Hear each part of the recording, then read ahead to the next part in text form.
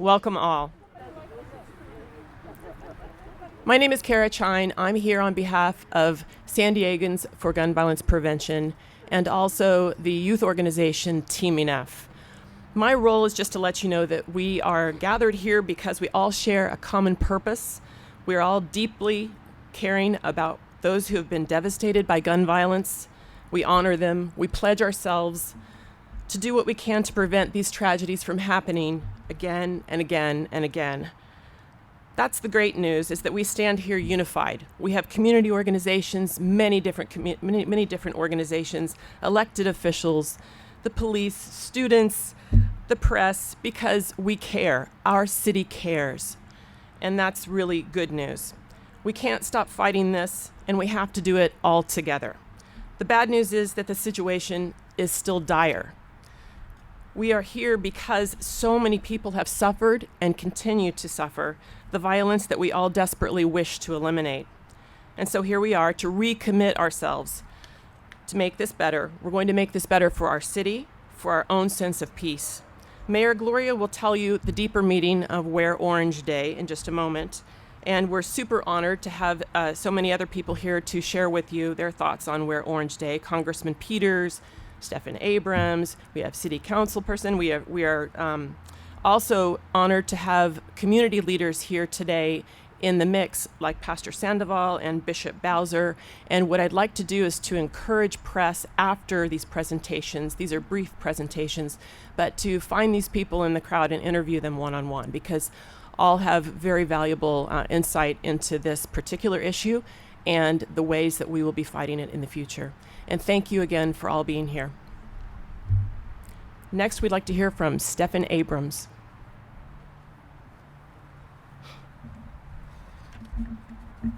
My name is Stefan Abrams. I'm a high school senior and national chapter coordinator of Team Enough. I'm honored to be able to speak at an event with so many amazing public figures and community leaders that have deeply inspired me to continue to fight for gun violence prevention, including Mayor Gloria, who has always supported gun violence prevention and Team Enough since I was 15 years old. And also it's an honor to be here with Congressman Scott Peters, another champion of this issue of gun violence. We often only hear about mass shootings in America. We understand that mass shootings are horrific acts that are rooted in a multitude of systemic factors. However, mass shootings only make up a small percentage of gun violence. And we have seen the effects gun violence has had on communities of color especially. Gun violence is the leading cause of death for Black men in America. This isn't something that is getting news coverage like mass shootings, but it is a reality for people in these communities every day. I have hugged too many mothers who have lost their sons and wake up and scream their names because the media won't. Governor Newsom announced last month the largest increase in violence intervention funding the state has ever seen, and President Biden also, with the American Jobs Plan, provided funding for violence intervention. Our country is making the biggest investments ever in providing funding for grassroots programs that are saving lives in the community. I know how important this funding is, and I've seen firsthand the impact it has had on people's communities. This was arguably the greatest investment our country has made to help deal with day-to-day gun violence, and it couldn't have come at a more important time. Over the course of the pandemic, we have seen a sharp rise in gun violence and gun sales. We also predict we will see an increase in illegal gun sales as well, which impacts communities of color the most. Even now, community violence is at a higher rate than it has ever been, which calls attention to why this funding and this issue is more important than ever. With the isolation that the pandemic brought, especially for young people, the need for programs that mentor and support youth have become even more dire. It is more apparent than ever that if we invest in grassroots community groups, they're going to do the most to save lives in our cities. And we also celebrate the month of Pride for LGBTQ+ communities, and we need to acknowledge the high rates of gun violence, especially against LGBTQ+ youth across this country, and how important access to resources are, and continuing to incorporate ways that we can work to prevent suicide, and that is a crucial conversation that we need to continue to have. As a young person, I don't think gun violence should define us as San Diegans, as Californians, or as Americans. It is a national embarrassment that demands action. My generation plans to tackle this epidemic head-on, and investing in our communities is a huge step in the right direction. Mayor Gloria gets it. He understands this issue because he has championed it his whole career. We have talked about the importance of investing in our communities and attacking the root of gun violence in our city. Mayor Gloria's slogan has always been, "For all of us." We are here to support him and the others gathered here on Wear Orange Day because we believe in a city that is safe for all of us. Thank you. Mayor Gloria.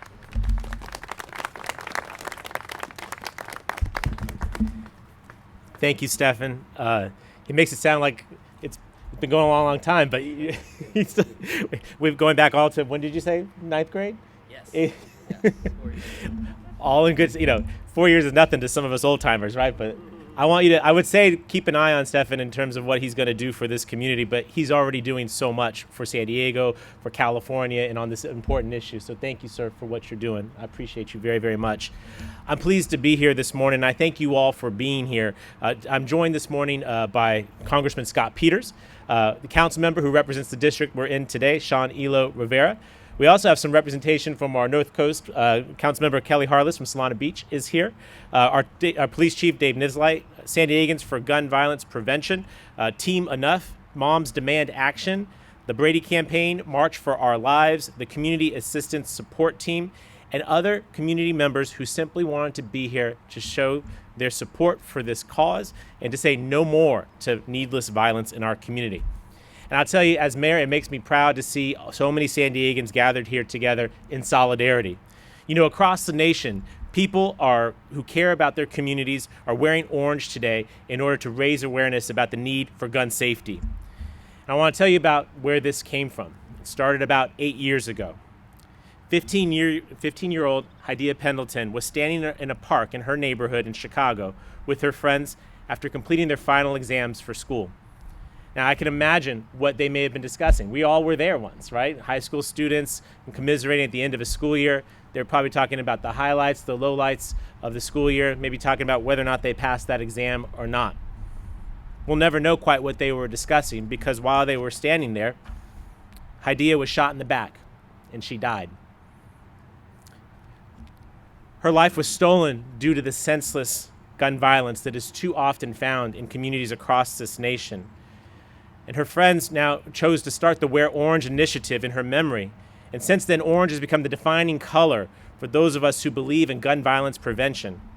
We wear it in order to protest senseless gun violence, to advocate for change, and to honor victims like Hadiya in what she experienced, what too many people in this country experienced. Let's be really clear. Gun violence is an epidemic in this country. In many ways, it's unique to this country. And that's why we're here, because we know it doesn't have to be this way. We want to see change in America. For too long, this epidemic has stolen too many lives and torn apart too many families. And it has only intensified in the last year, as Stefan was mentioning. 2020 was a record year nationally, claiming more than 20,000 lives. Homicides have increased by more than 30%, the largest single-year spike on record. And as your mayor, I have to level with you. We are seeing similar trends here in the city of San Diego. This January was the deadliest month for gun homicides since 2007. We have seen a steep increase in shooting investigations this far in 2021, and the year is only half over. And it's important to note that many of those investigations include ghost guns. We are here today at Park de la Cruz, where just back in April, 2 San Diegans were shot and wounded in this park. A little over a month ago, a mass shooting happened in the Gaslamp Quarter. On Mother's Day, a woman was found shot to death in the Emerald Hills Park with her car still running. These are just 3 incidences over the last 2 months, right here in this city. And I could take a lot more of your time listing the other gun violence tragedies, those that ended in death, those that ended in wounds. We could go on all morning. We have to do more than offer thoughts and prayers to address this violence. We need action as San Diegans. And we're going to do everything we can to make sure that our homes, our schools, our businesses are safe. And I'm so pleased that these organizations, these individuals, leaders like our police chief, our congressman, our council member, are here to do the important work of educating communities and advocating for safety. And I want to be extremely clear in telling you that this mayor stands with these groups, with these leaders, to say that we will not let these senseless tragedies continue. That's why I've joined Mayors Against Illegal Guns, a national bipartisan coalition of mayors across this nation advocating for sensible gun safety in this country. That's why we're investing more of our city's limited dollars in important services and community-based solutions like the No Shots Fired program that I announced earlier this year, and that we've proposed on more than quadrupling in our new proposed budget. That's why I was pleased to see that San Diego is slated to receive $1 million for our San Diego City Attorney, the statewide leader on gun violence restraining orders. San Diego is leading the state in taking guns away from people who have criminal records and mental illnesses and have no business carrying loaded weapons. And that's why we'll continue strengthening our partnerships with law enforcement and the federal government to keep ghost guns off of our streets. I tell you, it's sad as the times we find ourselves are. I believe that we can end gun violence. I think we can reduce the amount of senseless tragedies that are happening on our streets and streets across this nation. And days like today are where we signal our desire to do precisely that and demand that those who have the ability to do things like reauthorizing the national assault weapons ban, that they must take action, that has to occur.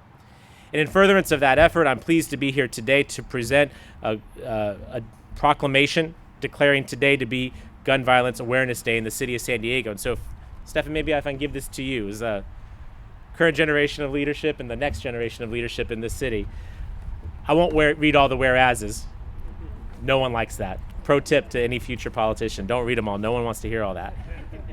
But I do want to read the last part and the most important part, that I, Todd Gloria, the 37th mayor of the city of San Diego, do hereby proclaim June 4th, 2021 to be National Gun Violence Awareness Day in the city of San Diego. I present this to you, Stefan, with appreciation for the work that you're doing. To all the folks who are here, let's do more to make sure that our city is safe for every single resident in every single neighborhood of this city. Someone who's carrying out that message on the national level, who's our partner in making sure that we reduce gun violence in this country, is our incredible member of Congress, one of our members of Congress, but he's here today, and I appreciate him coming here today, Congressman Scott Peters. Scott? Thank you. Good morning. Thanks for being here. I want to thank Mayor Todd Gloria and San Diegans for gun violence prevention for bringing us all together today on this very important day. We're all wearing orange. For years, citizens, families, students have made their voices heard in marches and rallies. They've written to lawmakers urging them to make changes to keep our communities safe. These efforts to curb gun violence have made a difference in places like California. This is why our state leads the way on sensible gun safety reforms. But that didn't stop tragedies like we've seen in San Jose, San Bernardino, Orange, and right here in San Diego. That didn't protect the 48 law enforcement officers shot and killed in the line of duty last year, even in the midst of a pandemic, which forced much of the country to shut down and most to stay at home. In fact, firearms were the second leading cause of officer deaths, second only to COVID-19. The pandemic created an atmosphere in which, instead of hearing of yet another school or officer shooting, our focus here locally and in Washington, D.C. was on the virus and how we could stop it. But sadly, a return to normalcy has brought a resurgence of deadly gun violence. The toll of the pandemic on Americans' mental health also emphasizes the need to enforce sensible gun safety reforms so that no one who needs help ends up with a gun in their hands. The reality is that we're beyond the need for awareness. In Congress, I helped pass the Bipartisan Background Checks Act in March, requiring background checks for all gun transfers, not just those sold by federally licensed retailers. Background checks save lives.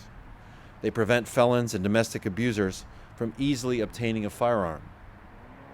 A bipartisan bill I introduced also passed the House. The Stand Up Act takes an evidence-based approach by equipping students and educators with the skills they need to identify, intervene, and get help for students at risk of harming themselves or others. Since the House passed these common sense bills, I've continually called upon the Senate to pass legislation that the vast majority of Americans think we should enact. We have plenty of work ahead of us, but the sooner we come together to find solutions, the sooner we start saving lives. Thank you for having me today, and thank you so much to the dedicated organizations that fight for our communities so that our communities no longer have to suffer the deadly and heartbreaking consequences of gun violence. This fight's gone on for a long time. It's going to continue to go on for a long time, but we have to win it. And I want you to know I'm with you, and I'm glad that you're with me. Now I'd like to turn it over to one of the superstars on the City Council, the newly installed Sean Elo Rivera from District 9. Sean?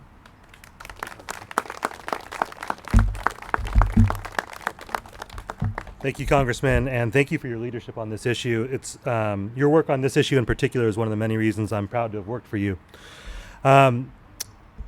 Everybody has a right to feel safe.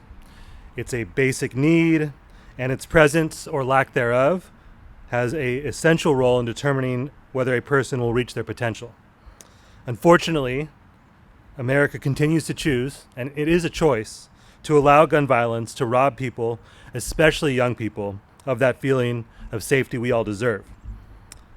Gun violence is always, always, always a tragedy, but I'm going to focus for a moment on the impact on youth and what responsibility we have as adults, as elected leaders, we have to our young people. I was a high school student, a young high school student when Columbine happened.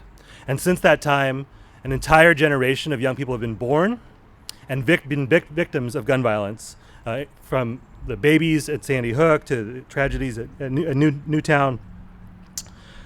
And that impact is unacceptable and all too real to folks throughout our communities. And that was driven home in the last few years of my work when I would visit high school classrooms and college classrooms, and in talking to them about their concerns, time after time after time, they would mention their concerns about being victims of gun violence, including my little sister, who went to class with anxiety and the fear that either in class or on her way home from school, she would be a victim of gun violence. What are we doing where that is a reality for our young people? And again, this is a choice. It does not have to be this way. The story that Mayor Gloria shared, let's think about that for a moment, and did such a great job of setting that up. Stephen and Hadaya's friends, they shouldn't have to be doing this work. The labor that they should be taking on should not be about preventing gun violence and protecting their communities from gun violence. You should be planning your summer. Hadaya's friends should have been enjoying and celebrating having school done. Instead, they were building a campaign to ensure that more young people were not victims to violence. This is a choice, folks, and we need to make the right choice and take action. I'm really proud to serve on a city council with colleagues such as Councilmember Von Wilpert, who took action last week in taking a stand against ghost guns. I'm proud to have a mayor like Mayor Gloria, who's ready to take action and has been taking action. And I'm very proud that Congressman Peters is part of the San Diego delegation and has been so committed to this action. We have an obligation, folks. We have an obligation to our young people. We have no excuse not to take action. Gun violence might be common, but it is not normal, and we should not accept it as such. And I hope that today, in proclaiming this Gun Violence Awareness Week, this can be another step toward taking action, meaningful action that will prevent the violence that is all too common in our communities. And my last thing I'd like to say is a deep appreciation for folks like Pastor Sandoval and Bishop Bowser, who are on the front lines in communities doing the hard day-to-day work of helping disrupt violence. And with that, I will turn it over to another person who's engaged in this struggle, Chief Nisleit.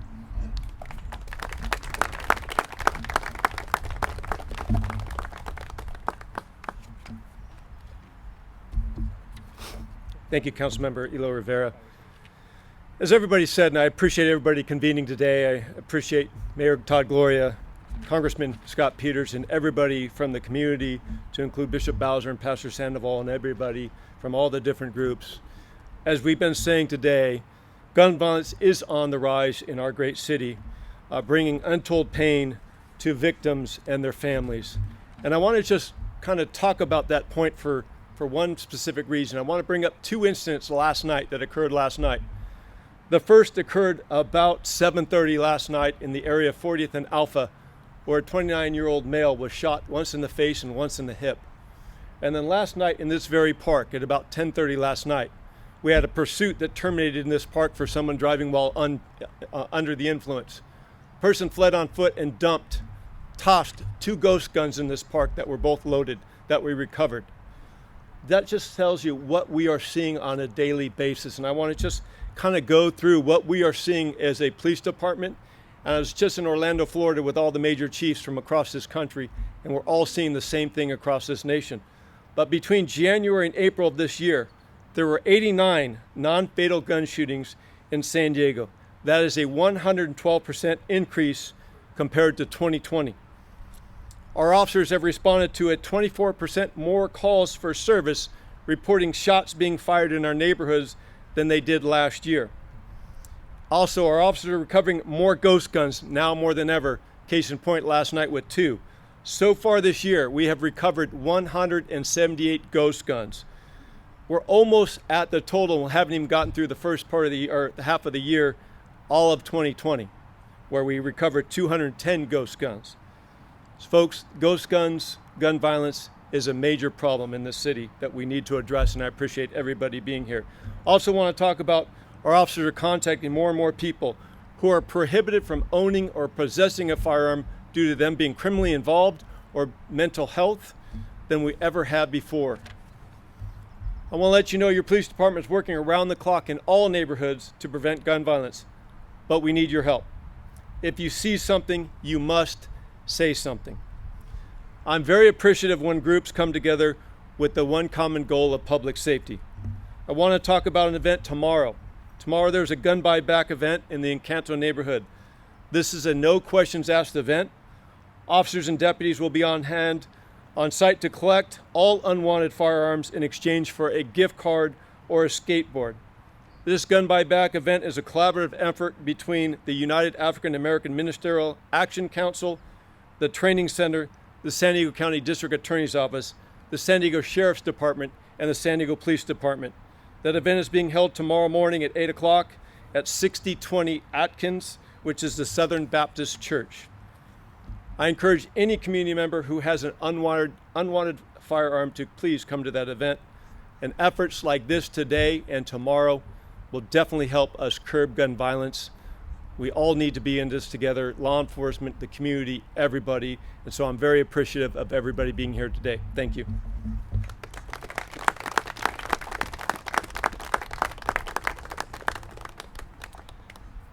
I also want to thank everyone for being here, and thank you so much for this caring leadership. We are a lucky city, and I'd encourage press to please find whoever you need to interview now.